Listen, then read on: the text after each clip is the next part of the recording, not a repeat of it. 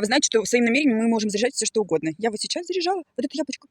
И еще 2. Одно уже я скушала. Вот посмотрите. Я начну молодеть и странять еще сильнее. С каждым днем все больше и больше.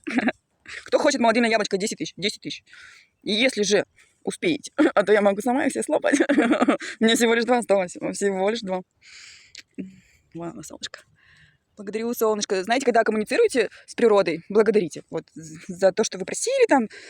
Короче, благодарите. Я под дождем погуляла. Дождь нас тоже, кстати, очищает. Я всегда, когда гуляю под дождем, спасибо моему сыну, что он меня приучил вообще гулять под дождем и любить это.